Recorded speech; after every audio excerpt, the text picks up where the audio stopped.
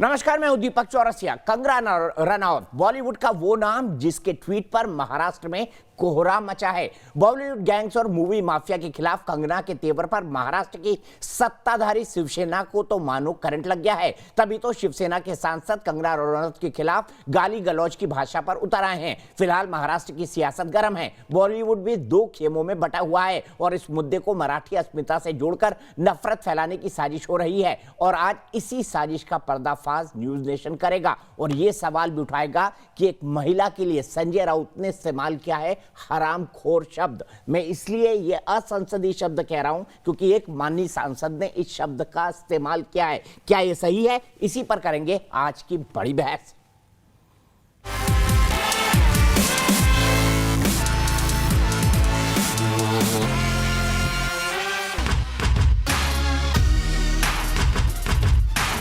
अरे कौन है कंगना रनौत? आने वाली है, जाने वाली, क्या फर्क पड़ता है?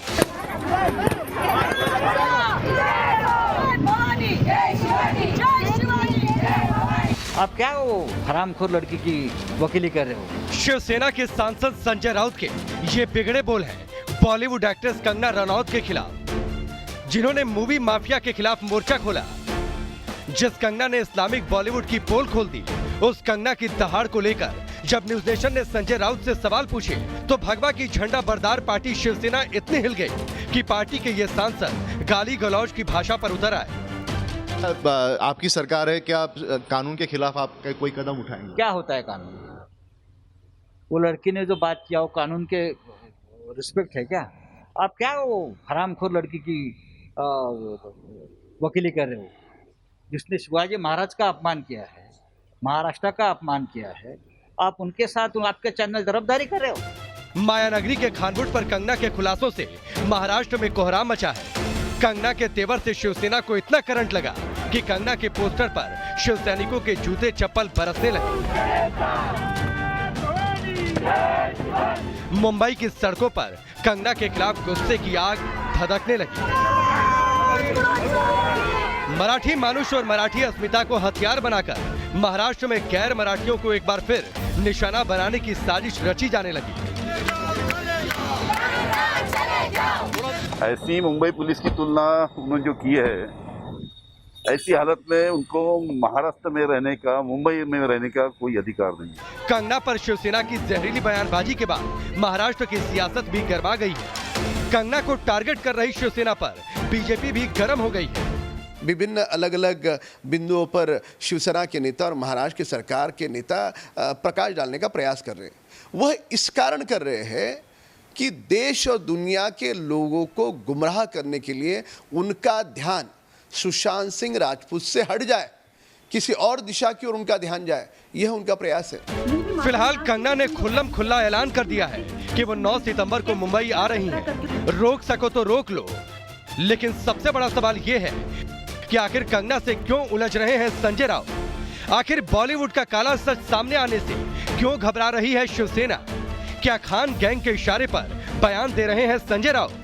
क्या खान गैंग के इशारे पर काम कर रही है उद्धव सरकार? क्या खानवुड में फिट नहीं तो कंगना की जान ले लोगे? क्या मुंबई में रहने के लिए खानवुड में फिट होना जरूरी है? इन तमाम सवालों के जवाब आज देश जानना चाहता है और न्यूज नेशन आज आपको दिखाएगा क्यों लगा शिवसेना को कंगना का करंट। बस आप बने रहिए न्यूज नेशन के साथ।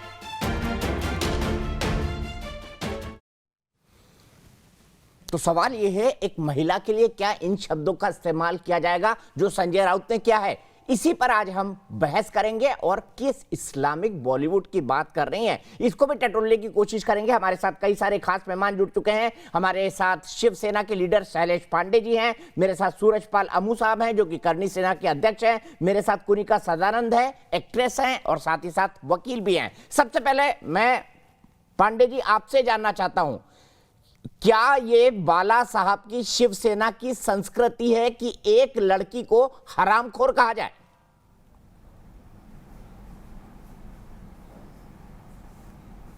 देखिए, जहां तक हिंदू हृदय सम्राट आदरणीय है या नहीं ये पूछ रहा हूं की बात करेंगे आप, इफ और बट मत लगाइए पांडे जी, है या नहीं ये पूछ रहा हूं। संस्कृति दीपक जी, हमारी संस्कृति देश के लिए, मातृभूमि के लिए सर कटाने की है। और अगर कोई हमारी मातृभूमि, हमारे देश को, हमारे मुंबई को कोई अपमानित करेगा, कोई इसे पाकिस्तान अधिकृत कश्मीर कहेगा, पीओके कहेगा, तो हम उसके लिए जो भी कहा गया है वो कम है। जो भी आंदोलन शिवसेना का चल रहा है वो अभी कम है। शिवसेना को अभी कंगना रनावत जानती नहीं। कल तक हम उनके संवेदनशील व्यक्तित्व का सम्मान करते थे, जिस तरह की वो बातें करती थी, लेकिन जब से उन्होंने मुंबई को गाली दिया है, मुंबई को रहने लायक नहीं कहा है, मुंबई को पीओके कहा है, तब से वो हमारी नजरों से गिर गई है। उनको सार्वजनिक रूप से माफी मांगनी चाहिए, क्योंकि नहीं, फिर भी आप एक लड़की को हरामखोर कहेंगे पांडे जी? मैंने आपके तमाम तर्क माने, क्या आप एक लड़की को हरामखोर कहेंगे? क्या आप एक लड़की को हरामखोर कहेंगे? बताइए, जवाब दीजिए, हाँ या नहीं। दीपक जी, मैं आपसे जानना चाहता हूं, जब कोई इस देश को कहा कि ये देश में डर लगता है, देश रहने लायक नहीं है, तब आपने ही कहा था आपके चैनल से कि पाकिस्तान चले जाए। उसने मुंबई को पीओके कहा है, मुंबई को, हमारी मां को पाकिस्तान ऑक्युपाइड कश्मीर कहा है। पाकिस्तान ऑक्युपाइड कश्मीर क्या है? जहां पर आतंकवादी पलते हैं, जहां पर आतंकवादी घटनाएं होती है, जहां पर हिंदुओं का धर्मांतरण करके पूरा इस्लामीकरण किया गया है, जहां पर देश को तोड़ दिया गया है, देश को अलग थलग किया गया है, हिंदुस्तान के खिलाफ कार्य किया जाता है। ऐसी जगह जो हिंदुस्तान के खिलाफ आतंकवादी षड्यंत्र रच रही है, मुंबई पर आतंकवादी हमला। सर, ये तो हमारे देश के अंदर की बहस है, और मुंबई पुलिस ने क्या किया ये सब जानते हैं। महमूद साहब को लाना चाहता हूँ। सूरजपाल जी, इत्तेफाक रखते हैं संजय राउत से? क्या कंगना रनावत अगर एक मुद्दा उठा रही है तो उसको हरामखोर कहना उचित है? तो तुकाराम ओमले जैसे लोगों ने, पांडे जी अब शांत रहे। पांडे जी, मुंबई को बचाया था, ये मुंबई पुलिस है। दीपक भाई चुप करो ना इनको। दीपक भाई चुप करो, बिल्कुल चुप है। अमू जी बोलिए आप। मेरा एक कहने का है, दीपक जी, जिस प्रकार से संजय राउत ने शिवसेना का असली चेहरा उजागर किया है, मुझे आश्चर्य है कि उद्धव ठाकरे अभी तक चुप है। एक देश की बेटी के इस प्रकार से उसकी बेइज्जती करना, उसके बारे में अपशब्द कहना, यह संजय राउत आपके लिए डूब के मरने वाली बात है। यह शिवसेना का कल्चर नहीं था, ये बाला साहब ठाकरे की शिवसेना नहीं है। जो हम लोग जय शिवा सरदार की, जय महाराणा प्रताप की कहते हैं। ये शिवसेना का कल्चर नहीं है। किसी बहन बेटी का अपमान करना ये शिवसेना का कल्चर नहीं है। ये संजय राउत के बाप का नहीं है महाराष्ट्र। ये मराठाओं का महाराष्ट्र है, ये हिंदुस्तानियों का महाराष्ट्र है। ये संजय राउत के बाप का महाराष्ट्र नहीं है। हम एक बात करते हैं, संजय राउत के खिलाफ हिंदुस्तानियों का महाराष्ट्र है और मराठियों का महाराष्ट्र है, पर बयान दे, सभी का महाराष्ट्र है। बिल्कुल है, महाराष्ट्र बिल्कुल है। नहीं दे सकते। ये शिवाजी का महाराष्ट्र है, ये महाराणाओं का महाराष्ट्र है, ये योद्धाओं का महाराष्ट्र है। लेकिन आप महिलाओं के ऊपर गाली देते हैं क्या? संजय राउत का महाराष्ट्र नहीं है, ये दाऊद इब्राहिम का महाराष्ट्र नहीं है, ये आमिर खान का, सलमान खान के बाप का नहीं है, ये शाहरुख खान के बाप का नहीं है। ये छत्रपति शिवाजी महाराज का महाराष्ट्र है, सैनिकों का नहीं, ये पूरे देश का है। गाली देने वालों को माफी नहीं है। अगर आप शिवजी का नाम लेते हो, शिवाजी का नाम लेते हो, तो वो शिवाजी जिन्होंने बहन बेटियों के सम्मान की रक्षा की, जिन्होंने बहन बेटियों को बाइज्जत उनके घरों पर लौटाया, उन्हीं शिवसेना के नाम पर आप राजनीति कर रहे हैं। आज शिवाजी के नाम पर जिस प्रकार से संजय राउत ने राजनीति आप कर रहे हैं। छत्रपति शिवाजी महाराज अपनी पूरी जिंदगी हिंदुत्व के लिए, कंगना रनावत अपने मातृभूमि के लिए, अगर हिंदवी स्वराज की संस्थापना के लिए अपनी पूरी जिंदगी खपा दी। छत्रपति शिवाजी महाराज का नाम भी मत लीजिए। जुबान को लगाम दो। यह तुम्हारे बाप का महाराष्ट्र नहीं है, यह करोड़ों लोगों का महाराष्ट्र है। शिवसेना के चंद विधायकों का महाराष्ट्र नहीं है, ये गृह मंत्री महाराष्ट्र का नहीं है। लेकिन करोड़ों लोगों का महाराष्ट्र है, तो महाराष्ट्र का आप गाली भी नहीं दे सकते, महाराष्ट्र का अपमान नहीं कर सकते आप। अरे बहन बेटियों का अपमान करते हो, मैं आपसे पूछता हूं, मुंबई का अपमान करने का आपको साहस कैसे हुआ? शर्म है। मुंबई का अपमान करने की आपको अधिकार किसने दिया? मुंबई हमारी मां है, मुंबई हमारी मां है। 107 से ज्यादा हमारी भी मां है। से ज्यादा महाराष्ट्र के हमारी भी मां है। हमारी भी मां है। शहादत देकर संयुक्त महाराष्ट्र महाराष्ट्र का ठेकेदार अपनी आपने बने। जान देकर महाराष्ट्र के ठेकेदार संजय राउत जो बने। शहीदों ने अपनी जान देकर महाराष्ट्र संयुक्त महाराष्ट्र के ठेकेदार संजय राउत आज महाराष्ट्र के ठेकेदार संजय राउत नहीं है। कंगना रनावत से किया है और आप ऐसी कंगना रनावत की पैरवी कर रहे हैं। ठीक है, कुनिका अपना हाथ उठा रही है। कुनिका, क्या कोई भी राजनीति हो, चाहे आप मुंबई पुलिस के साथ हो या मुंबई पुलिस के खिलाफ हो या कंगना ने जो भी बयान दिया हो, लेकिन क्या एक लड़की को एक सांसद असंसदीय भाषा का इस्तेमाल करके अगर उसको हरामखोर कहेंगे तो देश की राजनीति कहां जा रही है, शिवसेना कहां जा रही है? दीपक जी मुझे जवाब देने का मौका दें और बीच में कोई भी ना बोले प्लीज। मैं जब तक अपनी जवाब पूरी नहीं करूं प्लीज, मैं चाहती हूं आप बोलिए बोलिए, कोई नहीं बोल रहा। दीपक जी मुझे सख्त ऑब्जेक्शन है आपके जो टाइटल, आपका जो टाइटल है मूवी माफिया इस्लामिक बॉलीवुड, आपने जो इतने सारे लोग हमारे बॉलीवुड में कभी कोई हम लोग धर्म जात पात में विश्वास नहीं करते, आपने उसके ऊपर बहुत बड़ा प्रश्न चिन्ह उठाया है जो गलत है and I object to that. Second thing, जो इन्होंने कहा कंगना रनावत ने जो पुलिस, मैं किसी का पक्ष नहीं ले रही हूं, मैं बीच की बात बोलूंगी और दोनों के बारे में बताऊंगी। कंगना रनावत ने जो कहा कि पुलिस के वजह से ये पीओके हो गया है या जो भी हो गया, आपको पता है कितने पुलिस वाले मरे हैं इस वक्त कोरोना की वजह से?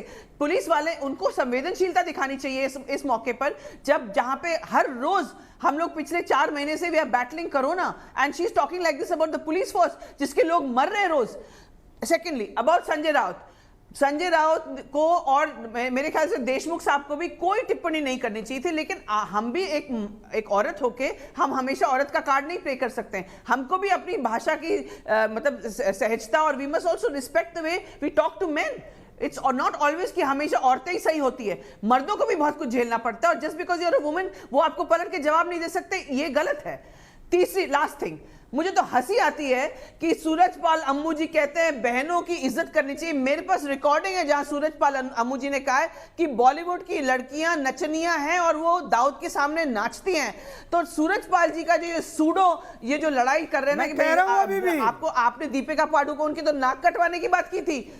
So don't talk rubbish. आपको जब आप सिलेक्टिव वो करते हैं, you choose your words selectively on different debates. कभी आपका स्टैंड कुछ होता है, दीपिका पादुकोण का वो आप लोग ने क्या क्या थ्रेटनिंग चीजें नहीं की, आपने पूरी आगजनी और सब दिल्ली में फैलाई। ठीक है, सूरजपाल अम्मू जी, कुनिका जी आपने अपना मुद्दा उठा दिया, सूरजपाल अम्मू जी जवाब देंगे। दीपिका के लिए अलग स्टैंड और कंगना रनावत के लिए अलग स्टैंड, सूरजपाल जी क्यों? मेरा भी एक दीपक जी मेरा एक अनुरोध है, बीच में कोई ना बोले। हम लोग बहन बेटियों के सम्मान में पद्मावत के समय लड़े, हम लोग अभी भी बहन बेटियों के सम्मान में लड़ रहे हैं। अगर कुनिका जी किसी बात को मन में लेकर बैठी है तो मेरे पास उसका कोई इलाज नहीं है, परंतु मैं एक बात कह रहा हूं, जिस प्रकार से संजय राउत ने जिस भाषा का प्रयोग, मैडम सुनिएगा प्लीज, जिस प्रकार से जिस भाषा का प्रयोग संजय राउत ने किया है, क्या आप कुनिका जी उसका समर्थन करते हैं? अगर नहीं करते तो वो एक बहन को, एक बेटी को, मैं कंगना रनावत का स्पोक्स पर्सन नहीं हूं। अगर उन्होंने मुंबई के खिलाफ बोला तो मैं उनका विरोध में हूं, वो महाराष्ट्र के खिलाफ बोलेंगे मैं उनका विरोध में हूं, परंतु एक सांसद जो लोकसभा की सबसे बड़ी पंचायत में बैठता है और वो ये बोले कि एक बहन बेटी को हरामखोर कहे, हमने अगर मैंने बॉलीवुड संजय राउत पूरी सरकार सुनिएगा कोरोना से लड़ना चाहिए, विषय संजय राउत का है, बेरोजगारी से लड़ना चाहिए, वो क्या लगे रिया चक्रवर्ती ने एक भोले भाले इंसान को लूट लिया, खसोट लिया, उसकी हत्या करा दी, और अगर उसके पक्ष में कोई बोल रहा है तो उसको बोलने नहीं दे रहे। ये गलत है महाराष्ट्र सरकार का रोल। लेकिन कुनिका जी आप नहीं मानती कि महाराष्ट्र सरकार और महाराष्ट्र की पूरी पुलिस रिया चक्रवर्ती के वकील की तरह काम करती रही, क्या आप इसको उचित मानती हैं? शौबिक के खिलाफ कुनिका जी जवाब दीजिए, क्या आप इसको उचित मानती है कि महाराष्ट्र की पूरी पुलिस संजय राउत महाराष्ट्र के गृह मंत्री रिया के प्रवक्ता की तरह काम करते रहे पूरे टाइम, और कंगना ने उस मुद्दे को जिस ढंग से भी उठाया उसके लिए गालियों का इस्तेमाल, क्या आप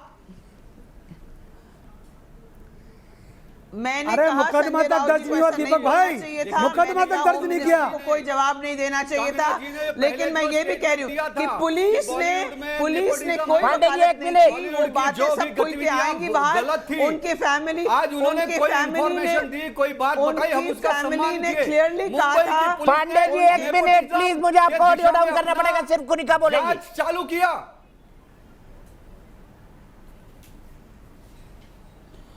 मुंबई पुलिस ने उनके पेरेंट्स और परिवार के स्टेटमेंट के ऊपर अपनी जांच चालू की। और कंगना रनौत जी ने जब अर्नब गोस्वामी को वो इंटरव्यू दिया, उसके बाद उन्होंने वो नेपोटिज्म का मामला शुरू किया, जो कि मीडिया ने बहुत उछाला। अगर वो उस वक्त करण जौहर, सलमान खान, वो सबके पीछे नहीं लगते तो आप लोग बोलते वो उनको बचा रहे हैं। तो पुलिस करे तो करे क्या? ऊपर से उसके ऊपर कोई वो संदिग्ध नहीं थी, उसके ऊपर कोई इल्जाम नहीं था। जब एफआईआर फाइल हुआ तो ये केस ने दूसरा रुख लिया है। तो आप मुंबई पुलिस को जिस तरह से कह रहे हैं कि भाई आपने टाइम नहीं लिखा, अरे टाइम विसेरा रिपोर्ट के आने के बाद लिखा जाता है। विसेरा रिपोर्ट के आने के बाद तो तब तक सीबीआई के हाथ में थी। अब सीबीआई बताए कि क्या टाइम है। तो आप लोग सब ये सब जो बरगला रहे हैं सबको, जो आप लोग ये गलत इंफॉर्मेशन दे रहे हैं, इसको रोकिए, इन्वेस्टिगेशन होने दीजिए। मैं आपसे जो विनती करती हूँ कि सुशांत सिंह को जस्टिस होने दीजिए। आप लोग इस तरह से बातें करेंगे और मीडिया को इस तरह से सर्कस करेंगे तो ये इससे जस्टिस नहीं मिलेगा उस बच्चे को। ठीक है, सर्कस कर रहे हैं। ममता काले जी, आपको लगता है ये सर्कस है? और जिन शब्दों का इस्तेमाल संजय राउत ने किया उसके लिए आप क्या कहेंगी? जी बिल्कुल दीपक जी, देखिए ऐसा है, जहां तक ये बातें अभी करी हैं, पहली बात तो सर्कस वो कर रही हैं जिन्होंने इस शब्द का भी इस्तेमाल किया। सर्कस वो कर रही हैं सारे तथ्यों को तोड़ मरोड़ कर और झूठ तरीके से मीडिया के माध्यम से, आपके चैनल के माध्यम से हिंदुस्तान के अंदर प्रचारित करने का। विसेरा की रिपोर्ट के बाद ऑटोप्सी का टाइम आता है, विसेरा की रिपोर्ट के बाद ऑटोप्सी का टाइम लिखा जाता है। ये कहां, ये किसने बताया इनको भैया? ये नया ही ज्ञान इन्होंने दे दिया है। ऑटोप्सी का टाइम नहीं है, ऑटोप्सी में टाइम ऑफ डेथ नहीं है मैडम, वो होना चाहिए उसमें। दूसरी बात, 67 डेज मैडम ऑटोप्सी का टाइम लिखा है, ऑटोप्सी का time 11:30 time of death. Madam time of death नहीं लिखा है, ऑटोप्सी का टाइम लिखा है 11:30। नहीं लिखा, नहीं ऑटोप्सी का टाइम नहीं है। कुनिका जी, मैं अधिवक्ता होने के नाते कर रहा हूँ, आप खुद अधिवक्ता है। कुनिका जी, ऑटोप्सी का टाइम नहीं है। नहीं गलत। Let me finish. My name is ममता काले, your name is not. So मुझे आप बोलने दीजिए। आपको जो है, जब आप बोले तो सारे चुप रहे और आप खुद के बीच में आ जाएं। ये क्या तरीका है आपका डिबेट करने का? ममता जी बोलिए, आप कोई नहीं बोल रहा, कुनिका जी नहीं बोल रही है। बोलिए, मैं सुन रही हूँ, बोलिए। धन्यवाद। देखिए दूसरी बात यह है, जो इन्होंने बोला कि इनको परेशानी है आपका जो विषय, जो आपका आज का आपने जो हेडलाइंस दी है आपने उससे परेशानी है। काहे की परेशानी है? कहां पर बॉलीवुड ने बदनाम नहीं करता? बिल्कुल बॉलीवुड करता है, बहुत चीजें। हमारी फौज को गलत तरीके से दिखाता है। अभी जो गुंजन सक्सेना वाली पिक्चर आई है उसमें एयरफोर्स को बिल्कुल गलत लाइट पे दिखाया गया है। जो एक और सीरीज बनाई गई थी उसमें एक्स्ट्रा मैरिटल अफेयर की बात करती है एक दूसरी मैडम। उसके अलावा धर्म को जिस तरीके से ये लोग प्रेषित करते हैं गलत चीजें। क्यों? क्योंकि उनको अपने कमर्शियल गेन चाहिए होते हैं। इतने बड़ी ऑर्गेनाइजेशन जो है हमारी इतनी सम्मानित, उनको बॉलीवुड बदनाम करता है। तो क्या उस बारे में बात नहीं की जाएगी? आपने जो शीर्षक दिया है बिल्कुल सही है। उसके अलावा जिस तरीके की भाषा का इस्तेमाल कंगना के लिए किया गया है वो कैसे संजय राउत जी कर सकते हैं? राजनेता का मतलब होता है राजधर्म को निभाना। आप अपनी जनता को अपने साथ नहीं ले सक रहे। एक आपकी टैक्स पेयर है, उसकी कर्म भूमि है मुंबई, अगर उसको वहां पर आप पर भरोसा नहीं है, उसने ये कभी नहीं बोला कि मुझे महाराष्ट्र या मुंबई से डर लगता है। उसने बोला मुझे तुम्हारी सरकार और तुम्हारी अभी जो पुलिस जिस तरीके से तुम उसका इस्तेमाल कर रहे हो, मुझे उस पर भरोसा नहीं है। दैट मीन्स वो आप पे भरोसा नहीं रख रही है, तो ये आपकी जिम्मेदारी बनती है। ठीक है, लेकिन मैं इसको ले जाता हूं कंगना के दूसरे बयान पर, इस्लामिक बॉलीवुड। कुनिका सदानंद जी, आप भी इस जन्नत की हकीकत को जानती है कि बॉलीवुड का अंडरवर्ल्ड से क्या कनेक्शन रहा है। 80 और 90 के दशक में जितने सुपरस्टार बने सिर्फ और सिर्फ अंडरवर्ल्ड के कारण बने। बड़े बड़े डायरेक्टर्स के घंटों की टेलीफोन रिकॉर्डिंग मैंने अंडरवर्ल्ड के लोगों के साथ सुनी है, दाऊद गैंग के लोगों के साथ सुनी है। अगर कंगना यह मुद्दा उठा रही है तो गलत क्या कर रही है? दीपक जी, वो 80 के दशक में था बॉलीवुड, वो आज भी है कुनिका जी, ये हम भी जानते हैं, आप भी जानती हैं। पैसा बॉलीवुड में होता था। नहीं, आप मुझे वापस जवाब देने दीजिए प्लीज। मेरा ऑब्जेक्शन इस्लामिक बॉलीवुड से है। हमारे बॉलीवुड में कोई जात पात धर्म स्ट्राटा नहीं देखा जाता। यही एक चीज बची हुई है अभी हिंदुस्तान में जहां पे ये सब नहीं होता है। पाकिस्तानी कलाकारों को एंटी देता है बॉलीवुड। आप बोलिए टेरर, पाकिस्तानी कलाकारों को एंटी देता है बॉलीवुड। किसके कहने से दे रहा है सर? जब दीपक जी पूछेगा, जब तक बालाकोट पाकिस्तानी कलाकारों को जब तक बालाकोट स्ट्राइक नहीं हुआ था तब तक उनको वीजा कौन देता है? उनको जब वीजा उनके बंद हुए बॉलीवुड ने समर्थन किया और एक भी पाकिस्तानी कलाकार यहाँ काम करने नहीं आता। जी 26/11 के बाद में कई फिल्में बता सकता हूँ। 26/11 से बड़ी कोई घटना हुई क्या मुंबई के लिए? 26/11 के बाद में कई फिल्में बता सकता हूँ जहाँ पर पाकिस्तान के सितारों को लिया गया। तो सरकार ने वीजा क्यों दिया? देखिए बॉलीवुड या पब्लिक के ऊपर ये धरोहर नहीं है कि भैया वो सब कुछ गवर्नमेंट वाज गिविंग वीजा, उनको वीजा बंद कर देना चाहिए था। क्यों वीजा दे रहे थे? इनवाइट किया, वीजा दे रहे थे और वो इसे आ रहे थे और काम मिल रहा था। अरे अगर वो वीजा नहीं देते उनको काम भी नहीं मिलता। गवर्नमेंट कहेगी कुछ और हम कुछ और करेंगे। ना मैं इस पर आऊंगा, ब्रेक मुझे लेना है। लेकिन आज अगर बात हो रही है ममता काले जी, सूरजपाल अम्मू जी और पांडे जी, आप थोड़ा कम जानते होंगे बॉलीवुड और अंडरवर्ल्ड के कनेक्शन के बारे में। अभी भी कई ऐसे बड़े बड़े बैनर्स हैं जिनके पास बॉलीवुड के अंदर जो माफिया हैं, दाऊद इब्राहिम जैसे लोग हैं, उनके पैसे अभी भी ऑफशोर मनी से आते हैं और ये बाकायदा एक रिकॉर्ड है। इसी पर बात करेंगे, क्या क्यों बोला है शब्द इस्लामिक बॉलीवुड, इस ब्रेक के बाद।